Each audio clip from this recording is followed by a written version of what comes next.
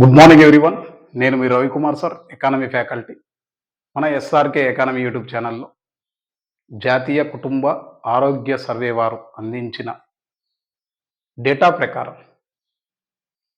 National family health survey 5th survey ప్రకారం నీతి ఆయోగ్ వారు విడుదల చేసిన 2వ నివేదిక 2019-21 ప్రకారం జాతీయ బహుముఖ పేదరికపు సూచి ఎలా ఉంది, వివిధ రాష్ట్రాల్లో ఎలా ఉంది, పేదరికం ఎలా ఉంది, పేదరికపు తీవ్రత ఎలా ఉంది, పేదరికపు విలువ ఎలా ఉంది అనేది మనం చూసాం. అలాగే తెలంగాణలో కూడా బహుముఖ పేదరికం ఎలా ఉంది, తెలంగాణ రాష్ట్రంలో పేదరికపు విలువ ఎలా ఉంది, పేదరికపు తీవ్రత ఎలా ఉంది, అది ఫస్ట్ రిపోర్టు సెకండ్ రిపోర్ట్ను బేస్ చేసుకుని కూడా చెప్పడం జరిగింది.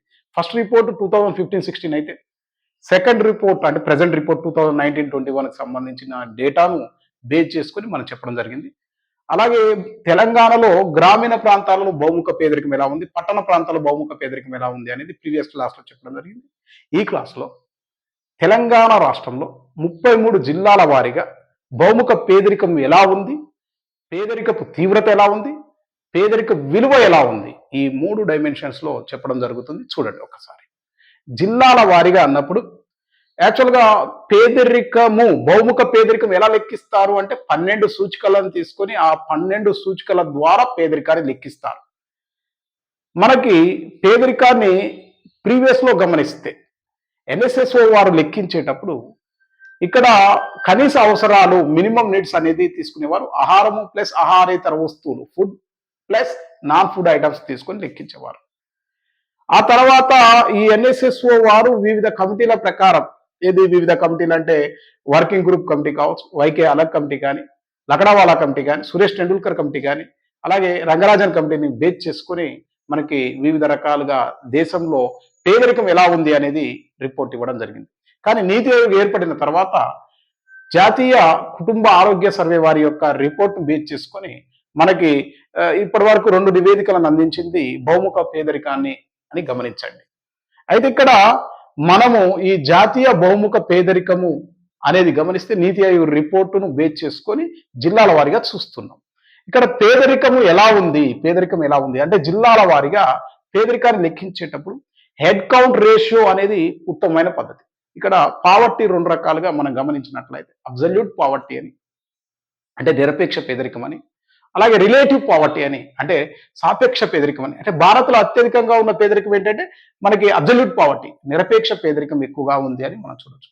అలా నిరపేక్ష పేదరికాన్ని ఏ పద్ధతి ద్వారా అంటే నిరపేక్ష పేదరికాన్ని లెక్కించడానికి ఉత్తమమైన పద్ధతి ఏది అన్నప్పుడు హెడ్ కౌంట్ రేషియో ద్వారా లెక్కించేవారు. ఇప్పుడు కూడా మనకి బహుముఖ పేదరికాన్ని లెక్కించేటప్పుడు ఇక్కడ హెడ్ కౌంట్ రేషియోను తీసుకున్నారు. మరి హెడ్ కౌంట్ రేషియోను హెచ్సిఆర్ను ఎవరు రూపొందించారు అంటే విఎం దండేకర్ మరియు నీలకంఠ రత్. మరి అలాగే దీంతో పాటుగా పేదరిక తీవ్రతను కూడా లెక్కిస్తున్నాం. అంటే పేదలలో నిరుపేదలు ఎలా ఉన్నారు, వారి మధ్య అంతరం ఎలా ఉంది, దీన్నే పేదరికపు తీవ్రత అంతరము గ్యాప్ అని మనం తీసుకోవడం జరుగుతుంది. ఈ పేదరికపు అంతరాన్ని లెక్కించేటప్పుడు అసలు దీన్ని రూపొందించింది ఎవరు అంటే మనకి ఇక్కడ Martin Ravallion and Gaurav Datt వీరు రూపొందించారు. మనం ఈ విధంగా ఎంపీఐ వాల్యూ లెక్కిస్తాం. MPI value equal to HCR into intensity of poverty అని చెప్పేసి మనం చెప్పొచ్చు. ఇలా చూస్తే మనకు ఫస్ట్ హెడ్ కౌంట్ రేషియో ఎలా ఉంది, దీన్ని మనం హెచ్సిఆర్ అంటాము, లేదా పేదరికం ఎక్కువగా ఉంది అని అంటాము. మరి తెలంగాణ రాష్ట్రంలో పేదరికం ఎక్కువగా ఉన్న జిల్లాల్లో ఫస్ట్ కొమరం భీం ఆసిఫాబాద్ కనపడుతుందండి. ఇది 16.59% ఫస్ట్ ప్లేస్ లో ఉంది. సెకండ్ ప్లేస్ లో జోగులాంబ గద్వాల్ 15.37%, థర్డ్ ఆదిలాబాద్ 14.24%, 4 వికారాబాద్ 12.5%. అంటే ఇది first, second, third, fourth place లో ఉన్నాయి.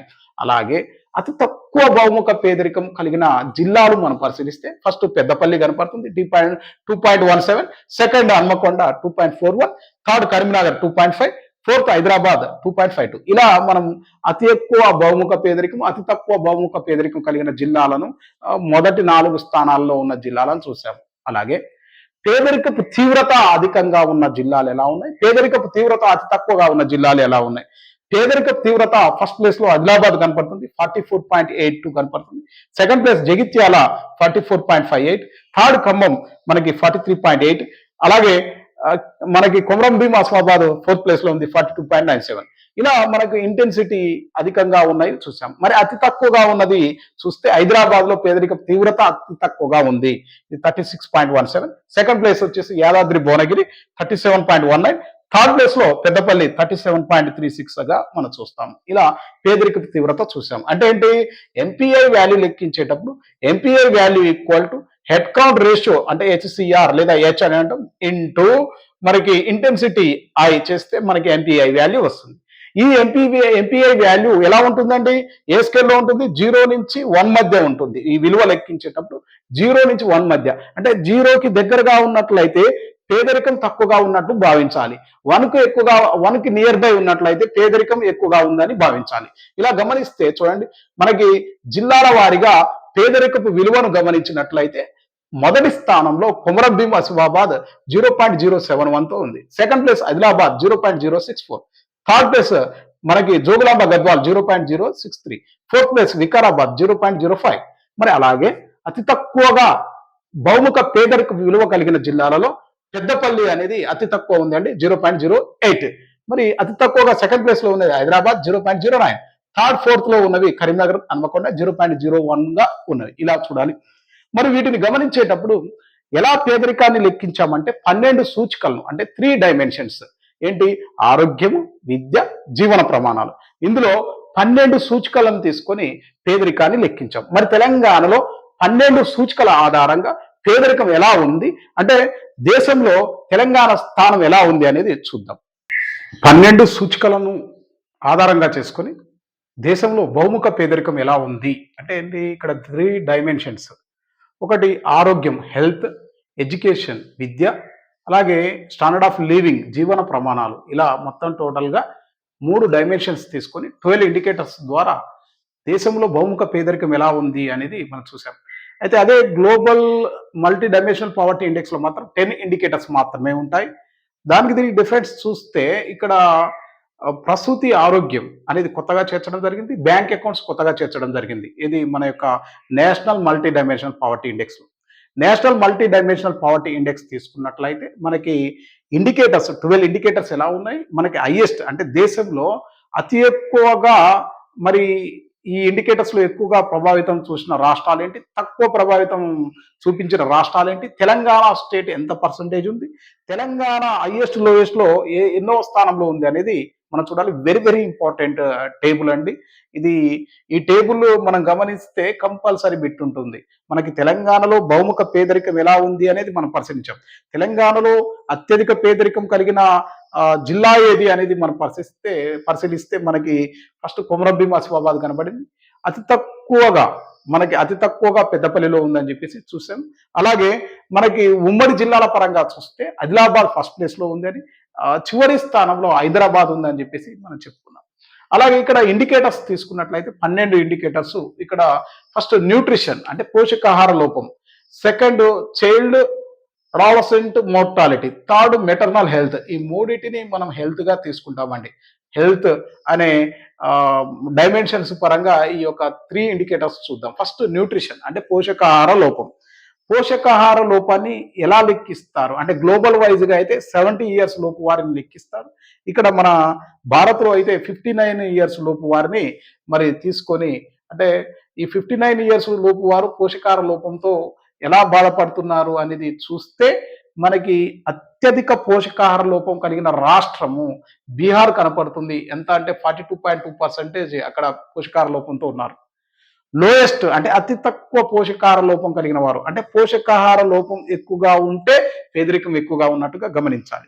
పోషకాహార లోపం అతి తక్కువగా సిక్కింలో కనపడుతుందండి, ఇక్కడ 10.36.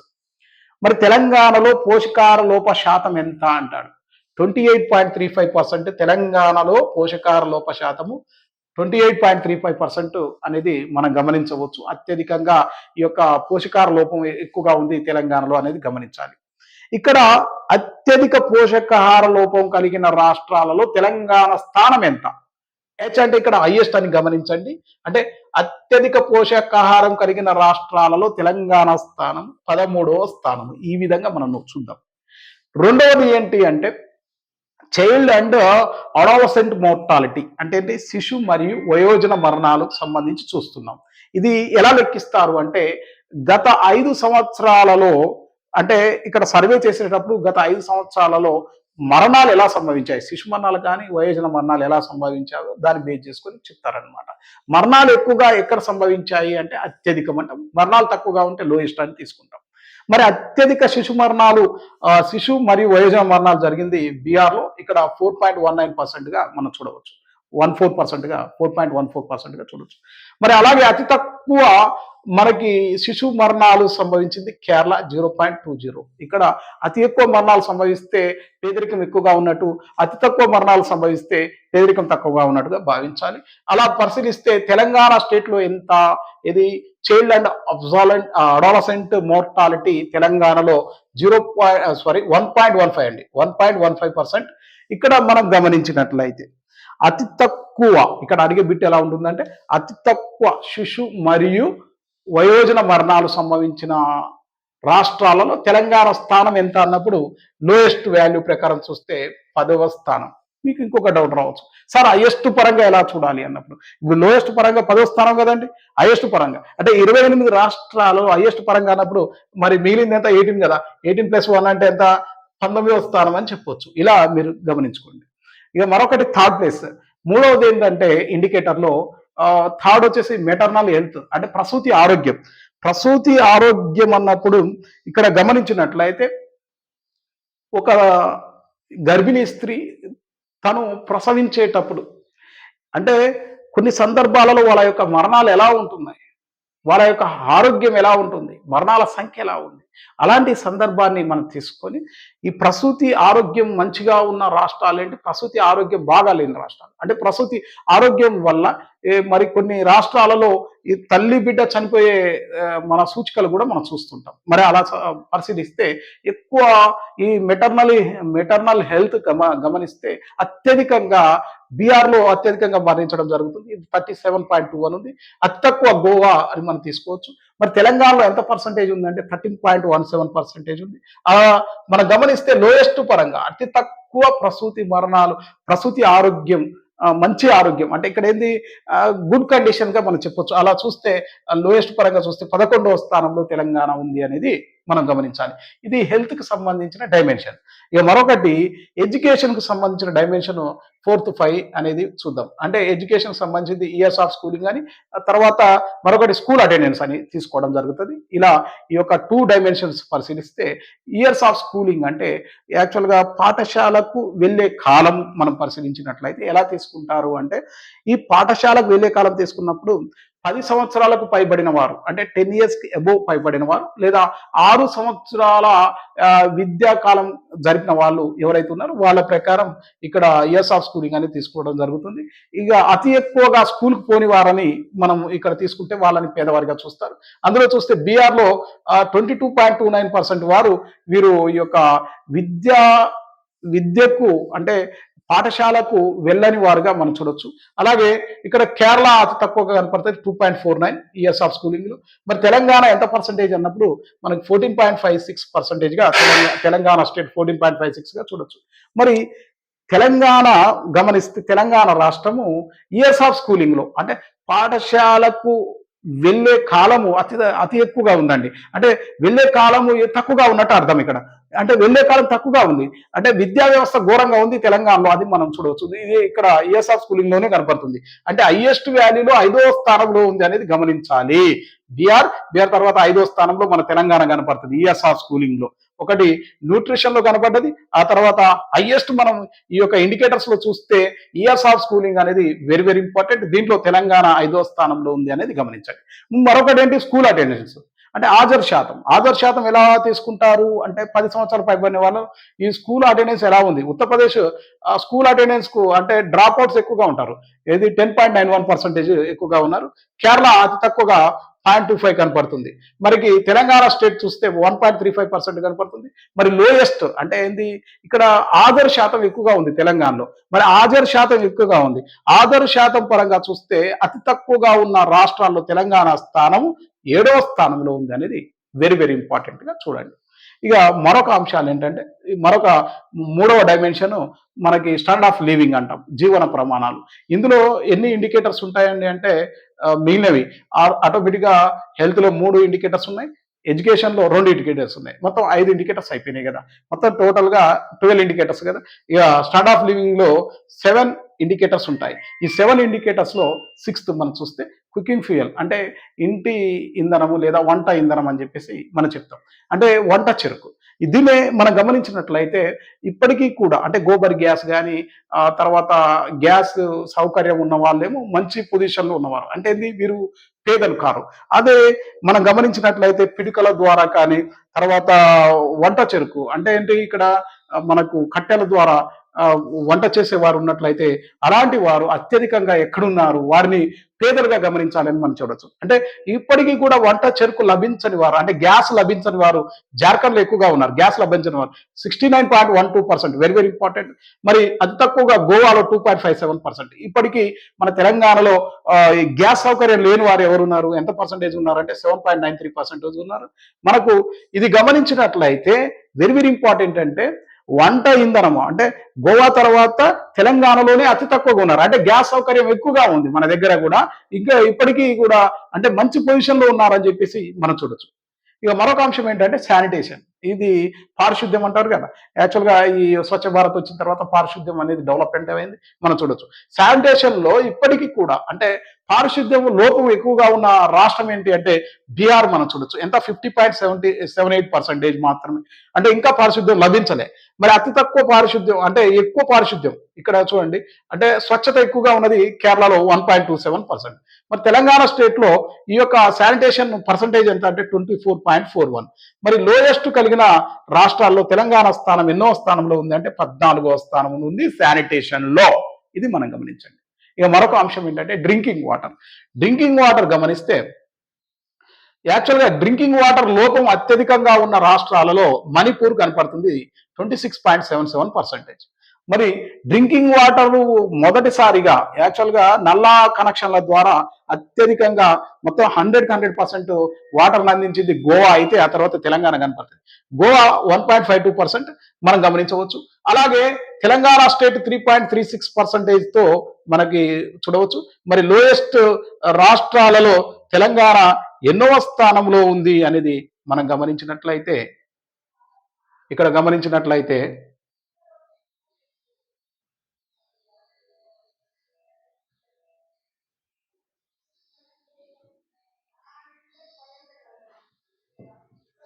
5th ప్లేస్లో ఉందండి, 5వ స్థానంలో ఉంది అనేది చూడండి.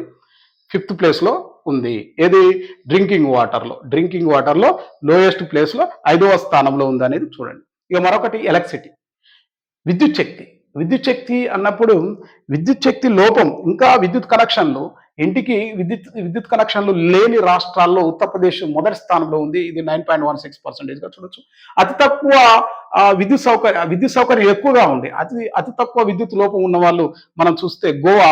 ఇక్కడ మొత్తం ఎలక్ట్రిసిటీ అన్ని వాళ్ళ యొక్క పట్టణాల్లో 0%తో ఉంది, అంటే అంతా కూడా వాళ్ళ యొక్క గ్రామాలు కానీ పట్టణాల్లో చూస్తే పట్టణ జనాభా అత్యధికంగా ఉంది గోవా కదా.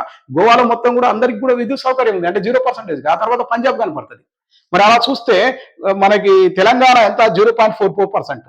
మరి లోయెస్ట్ స్టేట్స్లలో 6th ప్లేస్లో ఉంది, లోయెస్ట్ స్టేట్స్లలో. అంటే ఎలక్ట్రిసిటీ సౌకర్యము అత్యధికంగా ఉన్న రాష్ట్రాలలో తెలంగాణ స్థానం 6వ స్థానం. ఇలా అడగకుండా విద్యుత్ లోపం ఇంకా విద్యుత్ కనెక్షన్లు అందని రాష్ట్రాల్లో మొదటి స్థానంలో ఉన్నది అన్నప్పుడు ఉత్తరప్రదేశ్. మనము బిట్టి ఏ విధంగా అడుగుతున్నాడో దానికి అనుగుణంగా మనం ఆన్సర్ చేయాలి, జాగ్రత్తగా ఉండాలి. ఇక మరొక అంశం ఏంటంటే హౌసింగ్ అంటే ఏంటి, గృహ నిర్మాణము లోపము అత్యధికంగా ఉన్న రాష్ట్రాల్లో మణిపూర్ మనం చూడొచ్చు. గృహ నిర్మాణము అంటే బాగా జరిగింది ఎక్కడ, గోవాలో 9.5, అంటే గృహ నిర్మాణం అత్యధికంగా జరిగింది. మరి గృహ నిర్మాణంలో తెలంగాణ ఎంత పర్సంటేజ్ ఉంది, 20.49% ఉంది. మరి యాక్చువల్గా గృహ నిర్మాణము అత్యధికంగా ఉన్న రాష్ట్రాల్లో గోవా అయితే మరి మనం 5వ స్థానంలో, అంటే ఏది తెలంగాణ స్టేట్ 5వ స్థానంలో ఉంది, అంటే గృహ నిర్మాణం అత్యధికంగా ఉంది. గృహాలు అత్యధికంగా ఉన్న రాష్ట్రాల్లో 5వ స్థానంలో తెలంగాణ కనపడుతుంది. ఇది మనం చూడొచ్చు. మరొకటి ఏంటంటే ఆస్తులు అన్నప్పుడు పేదవారి యొక్క ఆస్తులు ఏముంటాయండి? మీ ఇంట్లో రేడియో ఉందా, టీవీ ఉందా? మనం సర్వే చేసేటప్పుడు ఈ అడుగుతాడు అనమాట. బైసికల్ ఉందా, బండి ఉందా, ట్రాక్టర్ ఉందా, కారు ఉందా, టెలిఫోన్ ఉందా, లేకపోతే కంప్యూటర్ ఉందా, లేకపోతే ఇలా అడగడానికి ఆస్కారం ఉంది. రిఫ్రిజిరేటర్ ఉందా, ఇలా మనకు అడగడానికి ఆస్కారం ఉంది. వీటి అసెట్స్ అంటాం. మరి ఈ అసెట్స్ కూడా లేనివారు, మరి అలాంటి వారు నిరుపేదలు ఉన్నారు. అలాంటి వారిలో మనం ఏ రాష్ట్రము ఎక్కువగా అసెట్స్ లోపంతో ఉంది అంటే మేఘాలయ 37%. అతి తక్కువ అసెట్స్ కలిగి ఉన్న రాష్ట్రాలలో, అంటే ఇక్కడ అసెట్స్ అంటే ఏంది, అతి తక్కువగా ఉన్నాయి. అంటే పంజాబ్ 1.6గా మనం చూడొచ్చు. మరి తెలంగాణ స్టేట్ లో అసెట్స్, ఈ యొక్క అసెట్స్ చూస్తే 8.51%. మరి అతి తక్కువ, అంటే ఇవన్నీ సౌకర్యాలు ఉన్న రాష్ట్రాల్లో మనం గమనిస్తే సౌకర్యాలు ఎక్కువగా ఉన్న రాష్ట్రాల్లో తెలంగాణ 11వ స్థానంలో ఉంది. ఇలా మనం చూడొచ్చు. ఇక మరొక అంశం ఏంటంటే బ్యాంక్ అసెట్స్, బ్యాంక్ అకౌంట్స్. ఇది బ్యాంక్ అకౌంట్ అంటే బ్యాంక్ ఖాతా కలిగి ఉన్నవారు. బ్యాంకు ఖాతా అత్యధికంగా బ్యాంకు ఖాతా కలిగి ఉన్నవారు హిమాచల్ ప్రదేశ్ మనం చూడొచ్చు. మరి బ్యాంక్ అకౌంట్ లోపంతో ఉన్నవారు చూస్తే మేఘాలయ మనం చూడొచ్చు. మేఘాలయ ఎంత అంటే 9.01%తో మరి ఇంకా బ్యాంక్ అకౌంట్స్ కలగని వారిలో లోపంగా మనం చూడొచ్చు. అలాగే హిమాచల్ ప్రదేశ్ బ్యాంక్ అకౌంట్స్ అత్యధికంగా ఉన్నాయి, 2.11% మాత్రమే ఇంకా కలిగి లేరు అనేది మనం చూడాలి. మరి తెలంగాణలో బ్యాంక్ అకౌంట్స్ కలిగి లేని వారు ఎంత అంటే 2.74%. మనం ఇలా గమనించినట్లయితే బ్యాంక్ అకౌంట్స్ మరి ఇంకా లోపంతో ఉన్న రాష్ట్రాల్లో తెలంగాణ 6వ స్థానంలో ఉందని చెప్పేసి మనం చూడొచ్చండి. ఇలా మనం గమనించాలి. రైట్. అంటే తెలంగాణ రాష్ట్రం ఎలా ఉంది వివిధ సూచికలలో అనేది చూసాం. మరి భారతదేశంలో హైయెస్ట్ ఎలా ఉన్నాయి, లోయెస్ట్ ఎలా ఉన్నాయి, అలాగే తెలంగాణలో ఉన్న 12 సూచికల పర్సంటేజ్లు ఎలా ఉన్నాయి, తెలంగాణ స్థానం ఎలా ఉంది అనేది చూసాం. మనకి ఇక్కడ గమనించినట్లయితే తెలంగాణలో బహుముఖ పేదరికం ఎలా ఉంది అనేది కూడా పరిశీలించాం. మనం చేయవలసిందల్లా ఈ యొక్క టాపిక్ ను వింటూ నోట్స్ రాసుకుంటే చాలా యూజ్ఫుల్ అండి. వెరీ వెరీ ఇంపార్టెంట్ క్లాసెస్ మనవి. చాలా జాగ్రత్తగా వినండి. మొత్తం టోటల్ అప్డేటెడ్ ఎకానమీ అందిస్తాం. ఎందుకంటే 2024లోనే మొత్తం నోటిఫికేషన్స్ ఉన్నాయి. ఈ డేటాను బేస్ చేసుకొని మీకు అందిస్తున్నాం. మనకు ప్రతి రిపోర్ట్ బేస్ చేసుకొని మీకు అందించడం జరుగుతుంది. ఓకేనా? కంపల్సరీ మన యొక్క ఛానల్ సబ్స్క్రైబ్ చేసుకోండి. అలాగే మీ ఫ్రెండ్స్కి షేర్ చేయండి, లైక్ చేయండి. Thank you so much. నేను మీ Ravikumar sir. Thank you so much.